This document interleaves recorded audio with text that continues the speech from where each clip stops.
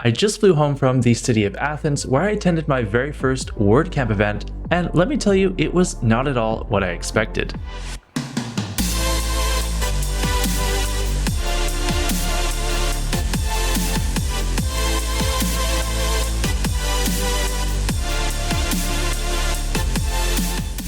If you're thinking about attending a WordCamp event, then you need to watch this video because I'll be sharing with you everything I can about the experience and what you can expect if you decide to go. But enough with the intro, here's how it went down. For the uninitiated, WordPress is not just a CMS. At its core, it's a community full of people that contribute their time and skills to constantly maintain and improve the project over time. This keeps it free and open source, which is an essential part of what makes it such a success. WordCamp events are held all over the world, with the largest ones being held annually in Asia, the US, and Europe. They're a place for the community members to come together, contribute, learn, network, and of course, to party. Now, I knew all of this on paper, but I didn't know what to expect in real life from the actual event. Plus, I was a little nervous going into it because it was the first time I was going to meet in person with my team from Barn 2, including the founders of the company. Of course, it's really easy for me to talk about our plugins from behind the camera in this office because I can hide all my mistakes in the editing software, but in real life, I don't have that option. Honestly, it's funny in hindsight because I really had nothing to be nervous about. I met the team for a beautiful cruise along the Athenian coastline where we had a blast drinking rosé, eating a marvelous Greek dinner, and I even jumped in the crystal clear Aegean waters for a swim. But I'm getting off track.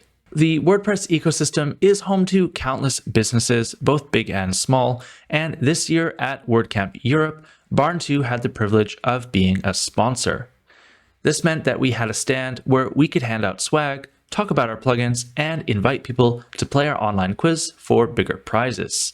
I had such a great time connecting with everyone who stopped by, including some of our customers and people who were interested in our products. Leave a comment below if you were also in Athens this year. And a side note, if you're a business considering sponsorship, we would highly recommend it.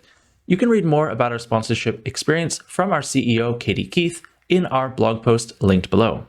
Day one was over in a flash with so much happening, including some great talks and panels in the venue's marvelous theater rooms. You can watch all the talks and panels on the official website or YouTube channel for WordCamp Europe.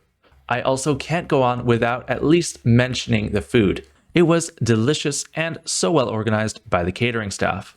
I barely had a chance to recover from the pace of day one when, before I knew it, this was happening. It was the start of day two, and here you can see me being interviewed by Angela Jin about my first WordCamp experience. So, first time at WordCamp, and you are diving into the deep end with our biggest WordCamp. How has it been so far? Oh, well, first of all, the venue has been really cool. I love getting around on the metro, not having to worry about getting taxis and stuff. Super cheap, super reliable and everything. And the venue itself, beautiful, huge. Nice. I was getting around with my GoPro and camera because I'm trying to film something for a video. Cool. That was just a small snippet of the full interview. If you want to watch the whole thing, I've linked it below. I spent a lot of my time on the second day visiting the other sponsored booths, playing the games, joining the prize draws, and collecting some swag to take home. I even had to buy this suitcase just to bring everything home with me, including all of those Greek souvenirs as well. Then, inevitably, every event ends with the keynote panel, where they always announce new updates to the project, as well as the thing that everyone wants to know, the host city for next year's event. It's presented by Matt Mullenweg, the man behind WordPress itself, Josefa Chomposi, sorry if I got that wrong, and Matthias Ventura. They spoke mainly about updates to the Gutenberg block editor, if you know, you know, and the need for better language translation within WordPress. There was a moment where a man asked everyone who was speaking English as a second language to raise their hand. Nearly the entire crowd had their hands raised, which really highlighted his point about the translation issue. So we'll have to wait and see what sort of updates are coming from that discussion. Then finally, after all the volunteers have been recognized, they revealed that the new host city for 2024 would be Torino, Italy.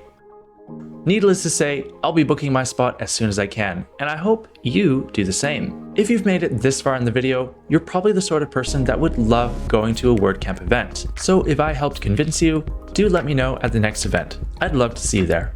Thanks again to everyone, including all the volunteers and organizers, who made my first WordCamp event an absolutely unforgettable one. I'm not quite sure how to end this video, so subscribe to the channel if you're after some more WordPress content, and check out barn2.com for some truly awesome plugins. But that's all from me.